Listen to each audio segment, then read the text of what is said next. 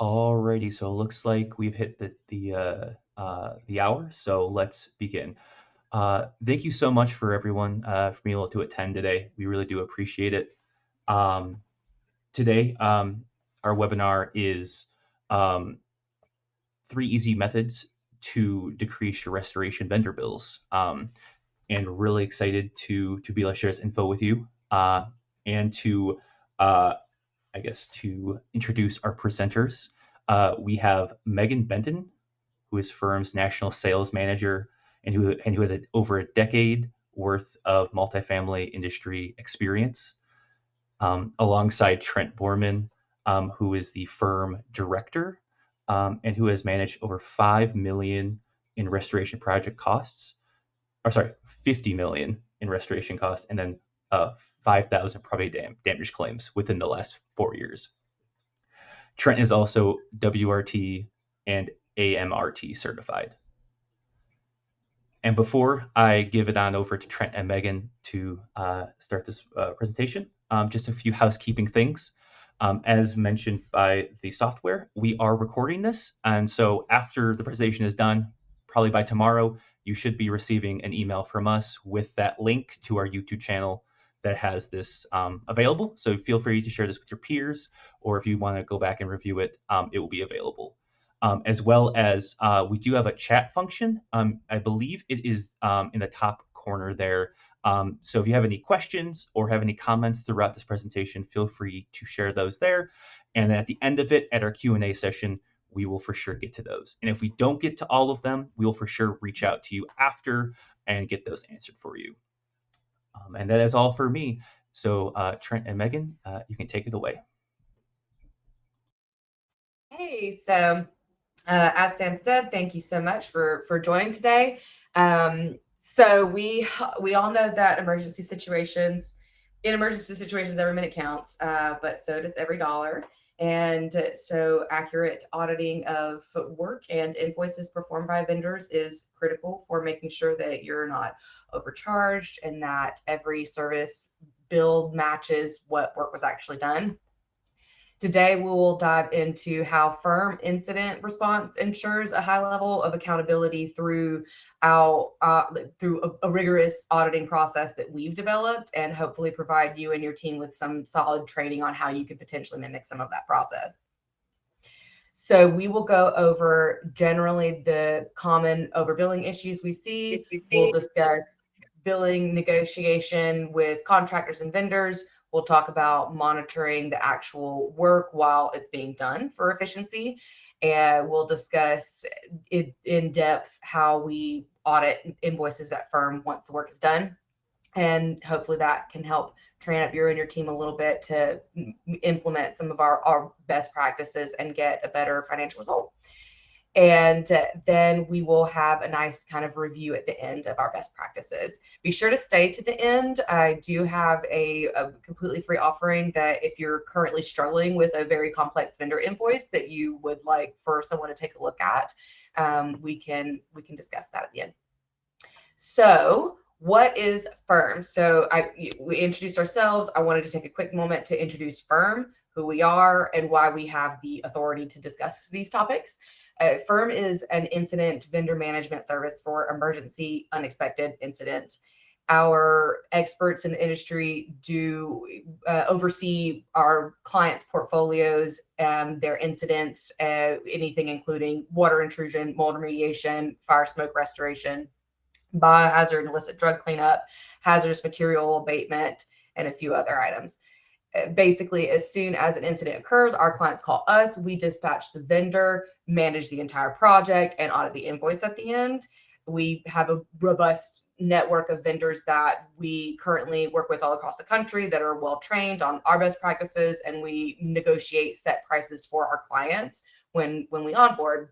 So basically what I'm getting at is our teams manage incidents and vendors like the ones we're discussing today on a daily basis. They do this on a professional scale. It's what they do each day. And on average, we are able to lower clients' restoration bills by 20 to 30%. And that's something we're really proud to boast. But again, hopefully some of this can help you if you're on your own out there. So from there, I will jump in. Okay. First things first, negotiating with contractors. So I wanted to start off by also saying that, we want this to be, fair for vendors as well. We want our vendors happy. We've developed outstanding relationships with our vendors. It's not about, running so lean that you risk a relationship. Our vendors, enjoy working with us, but it's just about making sure that, you can negotiate where you can, when you can, in advance, and then audit in the best practices to make sure that things are fair, using the industry knowledge that we're trying to share to just ensure certain things aren't inflated. So some of the biggest savings for ERVs come well before work commences, with a broader discussion and negotiation of prices, as well as invoicing structure. The best time to negotiate prices is not at 2 a.m. when the building is flooding. Setting up an advanced pricing is going to set your properties up for success.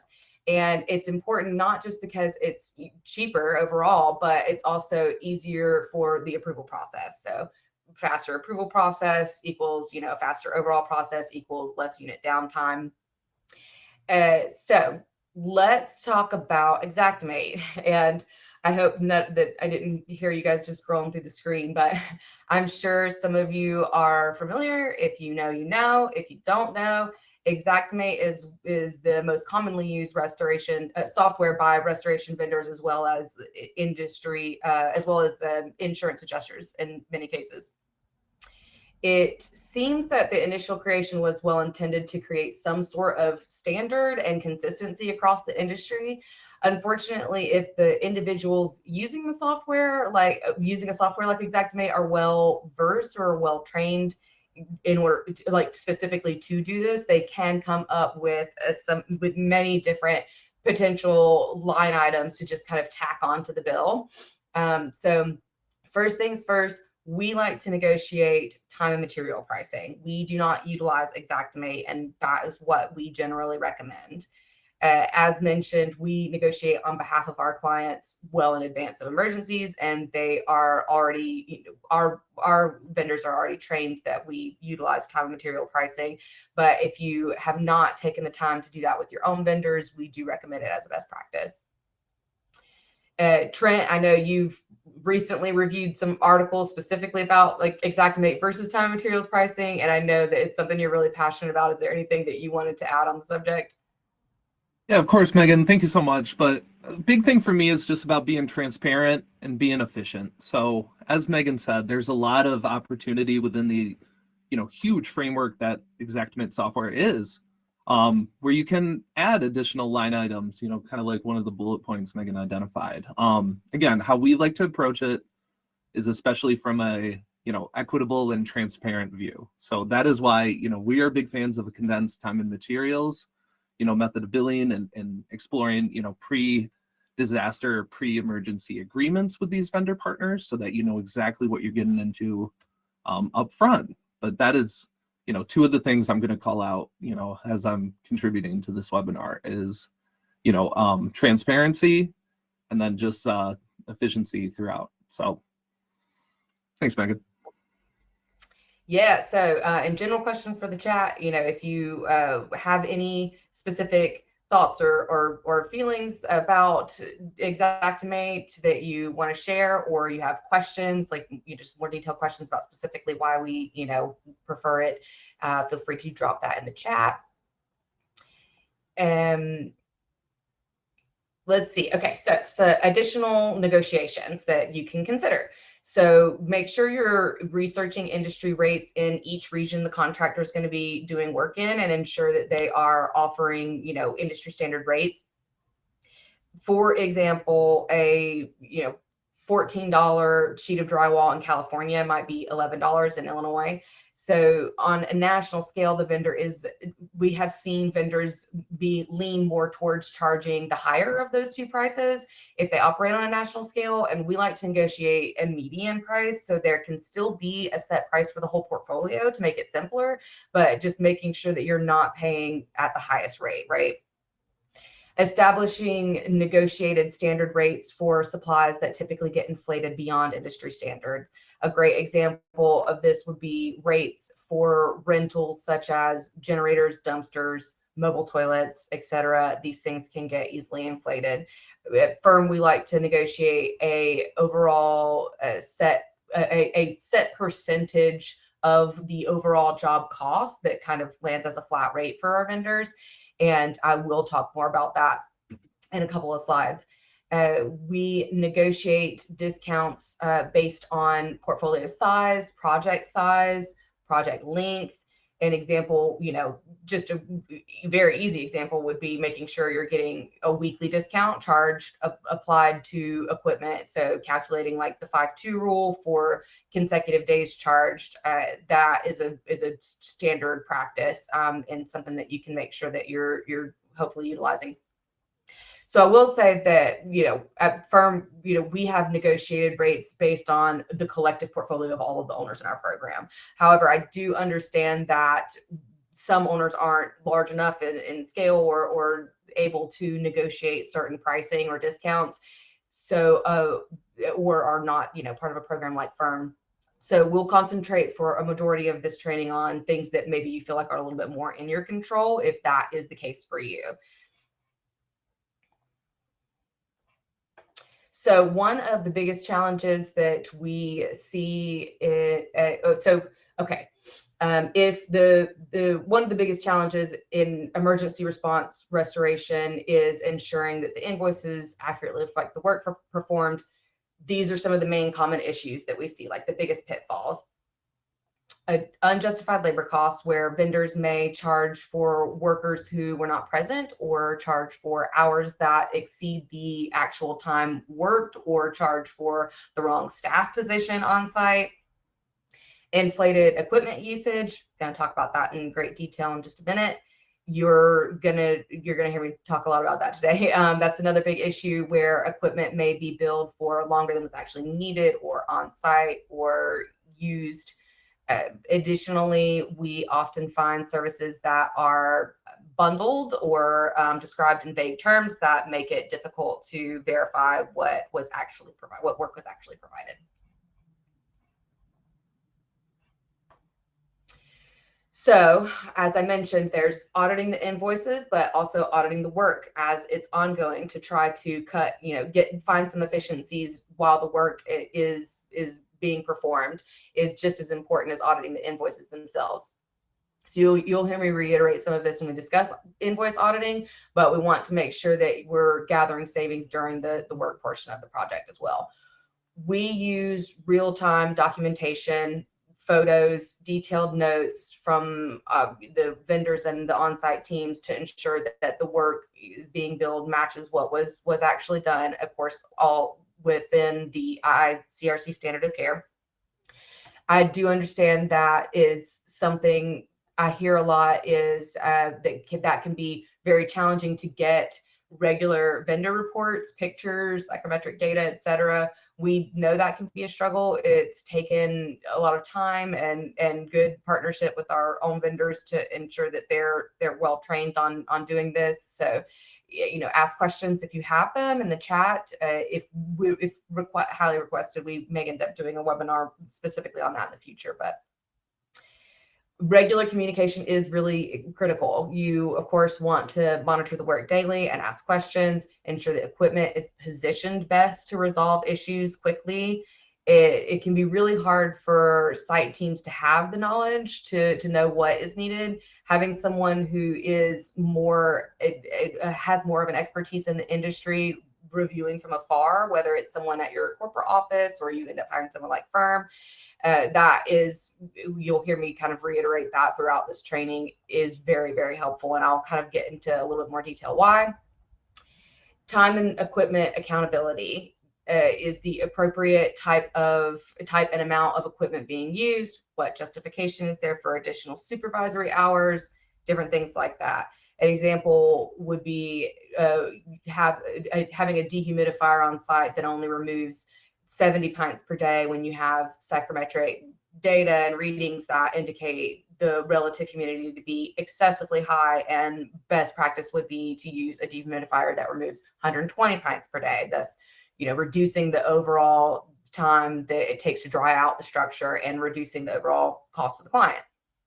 Reverse can also be true, where potentially more expensive equipment is meant for more serious jobs is being used for an incident that doesn't really justify it. And that's just one example. I'll have more on the next slide. So let's get into the meat and potatoes of invoice auditing. We utilize the information, documentation, pictures we've gathered, and then do a detailed audit on the billing tab. As I mentioned, it gets tricky, as I just said, especially relying on specifically property managers. It's great to have an expert on your side if you have access to that type of resource. And I say this as a former property manager. That was my first career.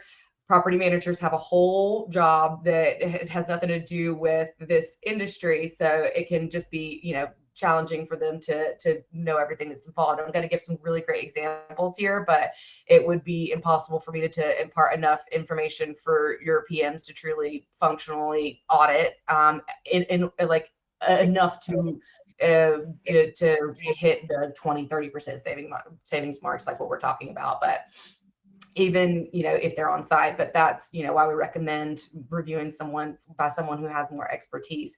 And these are some of the major items that you can look out for. I think that this training can help with any minimal amount of savings. Everything helps, right? So with equipment charges that aren't matching what was used on site. Pictures should have been provided, as we discussed. Was an axle air mover or was it a centrifugal air mover? Was a larger or smaller air scrubber used? Those are examples. It would be potentially, helpful for anyone that's struggling with this to try, look up some data if they aren't an industry expert.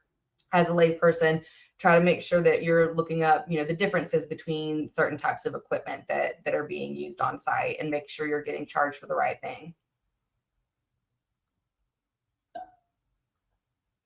PPE charges when unnecessary for the job, class, or category. PPE is important. Obviously, we don't want to skimp on that, but you don't need certain types of PPE for certain jobs. This is about limiting resource inflation. Surcharges and inflation on PPE is some of the worst in terms of this whole process. We see get passed on to owners. And for example, we negotiated a PPE portion of a bill recently. Trent might want to jump in and give some details on that, but it was $1,000 down to like $220, I think. And the team, did use a considerable amount of PPE, but it wasn't more than like $220 worth. Yep, you're exactly right, Megan. So, and especially, it's important to recognize where we are in time. The COVID-19 pandemic really, put a lot of pressure on the industry. Every single industry was buying PPE that typically, the restoration professionals, had access to. So there was a lot of inflation, surcharges, and we still see in the industry today, we're still paying top dollar oftentimes for PPE sets. Now, as Megan said too, if we can buy this PPE in bulk, work with our vendor partners to approach it in a reasonable manner, we can then pass on those savings to the client and make sure that the vendor partners are still getting compensated for the PPE that's necessary and used on the job, but that gross level of inflation isn't tacked on to each and every restoration invoice. Yep. Yeah, I'm glad you mentioned that. With again, we still want to make sure that it's fair for the vendor and that they're obviously, getting compensated for the materials that they're using. We're just trying to avoid that excessive inflation. Excessive costs for decontamination of equipment and filter replacement charges. We've seen some cases where bills will come through for, a $5 job for growth contamination, and they're getting charged for a pre-filter, a pleated filter, a HEPA filter replacement charges, and that is a very excessive. HEPA filter you might only replace once or twice a year, but you might end up seeing a job, a charge on your bill for a job that was like 5 days for $350 for a HEPA filter replacement. And I'm not saying that's never necessary if it's like, a large drug contamination situation or something like that, where, it is necessary to change those filters out. You want to be flexible on that. You want to make sure you're paying for that, but it's not, something that you want to see crop up on your standard, mold remediation job, for example. Disposal charges not lining up with removals made. This is one that I will say is probably the hardest for someone who's not an expert. An expert will know, be able to make that judgment call a little bit better. But generally speaking, the per bag and per truckload price structure can get quite pricey, and having someone kind of make that assessment and make sure that you're not getting overcharged for disposal removal, that's something to look out for. Additional consumables billed without approval is something else to look out for. So this is standard business supplies related to industry practice, like PPE, trash bags, plastic, tapes, tie-back suits, etc.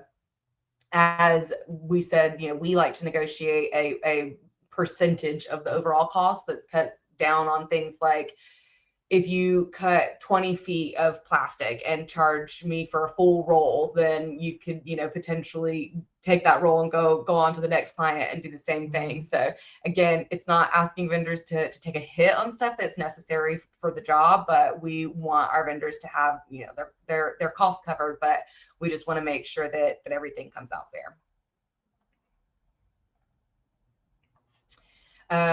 Before we move on to the next, I just, generally want to, as a reminder, jump in the chat with any questions. I know that this is, excessive information, and I'm, throwing a lot at you. So jump in if there's any specific questions that you have in the chat, and we'll get to those. So just a quick reminder there. Payroll. So additional charges for specialty labor rates for certain types of experts. I mentioned this a little bit before, but an example would be just charging for a supervisor, a project management position, something like that, when general labor rates should apply for the personnel that was on site in association with the tasks that were performed. So if you have a supervisor on a job site because they were just short-staffed, that doesn't mean that you should get charged for the supervisor rate if the labor performed was something that a general laborer should be able to do. So make sure you're looking out for things like that. It's not that that's never necessary, again, but you want to make sure that these two things are matching up, and that they match generally match the industry standards also. And again, as I mentioned before, for that region.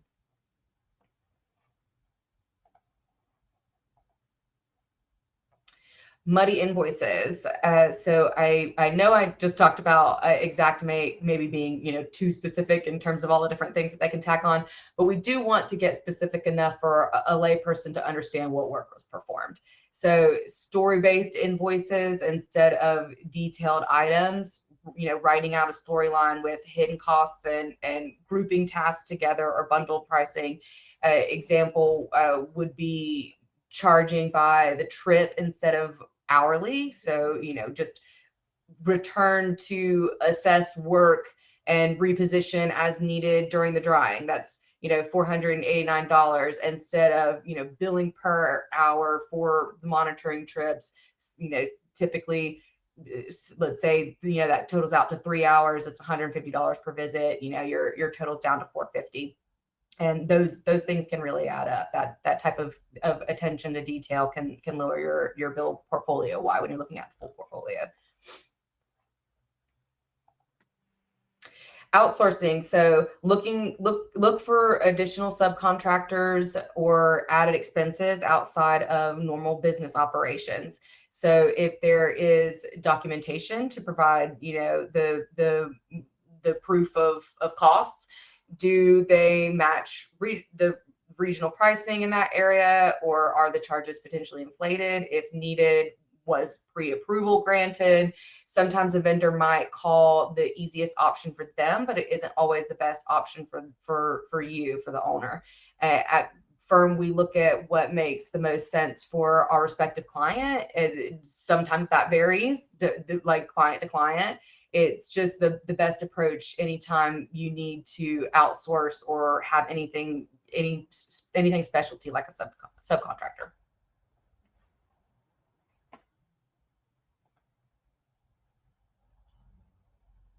Extended timelines. Our air movers being charged before growth has been remediated, for example. If we have remediation to do, but we see that the air mover has been being charged since day one, that doesn't make a whole lot of sense. That's not something that should be happening at the same time. We know that those timelines are being extended for that equipment. So look for timeline extension due to lack of ERV site visits.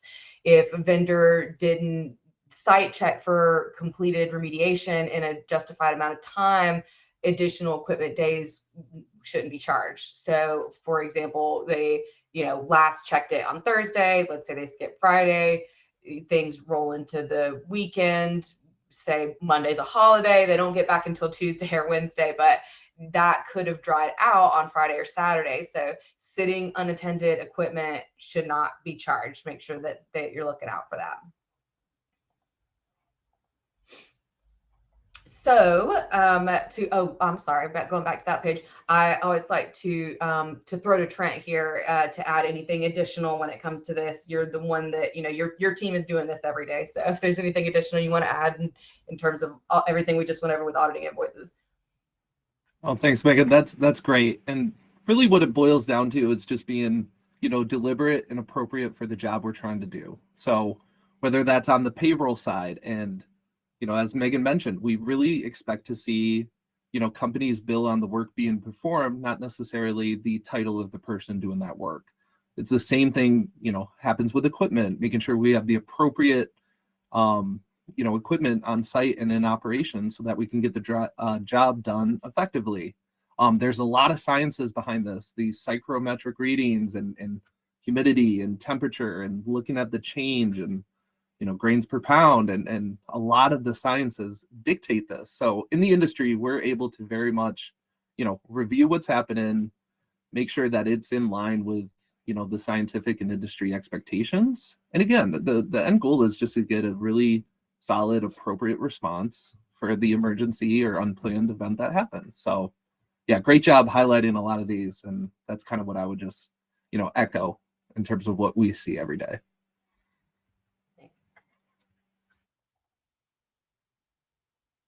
Okay, so we're already getting close to wrapping up. So let's review some of the best practices we've discussed. Preset agreements on labor and equipment rates. Negotiate lower if you have the option to. Even if you don't have a portfolio scaled large enough to give you substantial leverage, it's still best practices to negotiate prices ahead of time rather than wait until you're in the middle of a hurricane remediation situation when you really don't have the time or leverage to negotiate. Clear communication of scope of expectations, preferably from someone with industry experience if you can. Continuous monitoring and documentation. Make sure you're getting regular docs and pictures and actually reviewing them. Again, preferably with someone with industry experience, but any close monitoring should get you some savings. Just with anybody with any sort of training, something like this, that they can kind of have an idea of what to look for. That should help. Anything helps. Documentation and image review, even if you're on site. That's an important one. Even if you're on site, make sure you're documenting like crazy, and that the vendor is providing documentation. Careful invoice audits on every incident. Again, industry experience is powerful here. I'm sorry, I know I sound like a broken record. It is hard to tell if equipment was left too long if you aren't familiar with how long it should take for a wall with X moisture readings to dry, for example. But I do know that that's just not possible for everyone and in every situation to have that, expertise, but it is very valuable if you can have someone check it out. And it's good for PMs and other people to know when to ask, right? When to call up their regional maintenance manager and ask for advice on certain things. Like, I'm out of my depth here, but can you take a look at this, kind of a deal. But sticking with these items, as general best practices should get you started on the road to lowering your bills. And so we've covered a lot of information. I'm sure you have some questions. Now is the time to ask anything that's on your mind, whether it's about a specific part of the process or a challenge that you're facing with your own vendor management. Please leave questions in the chat and we'll cover them as best we can. Again, I do understand. There's one other thing that I want to touch on. I do understand that all parts of this can be complex to handle on your own. And sometimes I hear that this is the job of the facilities director or regional maintenance manager or something like that. As you can see, the amount of detail necessary to really achieve a true like 20 to 30% discount, which is like what our average is nearly impossible for one person to do across an entire portfolio if it's large portfolio, and for every single incident. Even here, we have multiple experts on each portfolio. So hopefully, sharing this training with your team and having many work together to action item these will help you get started, chipping away at those bills. And also, if you're interested in discussing more with me and learning more about Firm and how we manage portfolios, I'd love to set up a short call with you to walk you through it and discuss what that would look like to get Firm on your portfolio. We manage thousands of portfolios across the U.S. and work with a variety of different owners and management companies in both multifamily and the hospitality space as well. Our clients are big fans of us, and if you have any interest, I would love to discuss and see how we can help lower your ERB expenses this year, especially in we just had a crazy winter season, and hurricane season seems to get crazier every year. So would love to get together and discuss. Additionally, as I mentioned before, we are offering all attendees a free invoice audit for attending today's call. If you have a particularly rough invoice that you feel is excessive or have some of the issues we've discussed today that you feel are popping up, and you aren't maybe fully comfortable auditing it yourself, you just want some extra expertise or additional eyes laid on it, contact me and we will get the invoice audit process going, and that will be on the house. You can leave your wallet at home. So be sure to reach out. I've got my contact information on the screen. Feel free to snag a picture of that or jot it down, and I'd love to hear from you. But apart from that, we can move on to the Q&A section. Sweet. Thank you so much, Meagan and Trent. And yes, before we hit that, we will be sending an email out tomorrow or so, and we will be adding Meagan and Trent's contact info. So what she said, feel free to reach out whenever if you have a question or anything. But we do have a couple questions come through. The first one is, are there different costs and rates associated with the different incident types, such as water, mold, or fire, etc.? Right. So the short answer is yes. Typically in the industry, we see additional rates and higher surcharges, based on the complexity of the job. So going from water to mold remediation, for example, it typically takes extra certifications, additional PPE, making sure the workers stay safe and don't, cross-contaminate the space as the work's ongoing. So yes, there is, Sam, different rates depending on the project type. One of the things I think we would recommend, and what we do behind the scenes as well, is making sure that for each main project type, whether that be water, remediation, or biohazard or specialty, those pre-disaster rates or agreements are in place just so that everyone's, on the same page with expectations before the loss happens. Like Meagan said, 2 a.m. on a Friday, which inevitably is when the sprinklers go off or the pipe break happens. So yes, we do see a lot of that, but that's why it's, so much more important to, control those costs where you can on the front end, but make sure you're, have awareness to it so you're not getting charged, biohazard rates for a job that didn't involve a biohazard cleanup, right? So makes perfect sense. And so now we're on to, as of right now, it'd be the last question. How do we know which equipment should be in use during a response? another great question. So as Meagan, really hit on throughout the presentation, a lot of this is driven by the industry standard. And what we mean by that, I know I mentioned it in a comment as well, the psychrometrics, the science behind it, looking at what materials are affected, how affected are they? Do we have, sufficient power and space to set up equipment? There are so many variables that can, present themselves throughout a restoration project. We oftentimes say there's, 1,000 different ways that you can handle any given incident or response that comes your way. And so at the basis of it comes justification and appropriate response. So if we are, doing our psychrometric calculations properly, looking at our equipment needs and what capacity that equipment has to be able to help the project, that's the biggest way that we can ensure we have the proper equipment on site.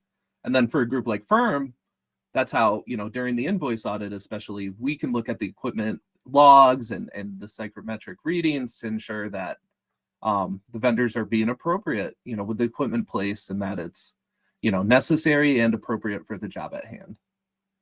So. Awesome. Well, that looks like that's all the questions we have. Thank you everyone again for joining today. You feel free to reach out to Meagan or Trent with any questions you may come up with later on. And we hope you have a great rest of your day. Thank you so much. Thanks, everyone. Thank you, Sam.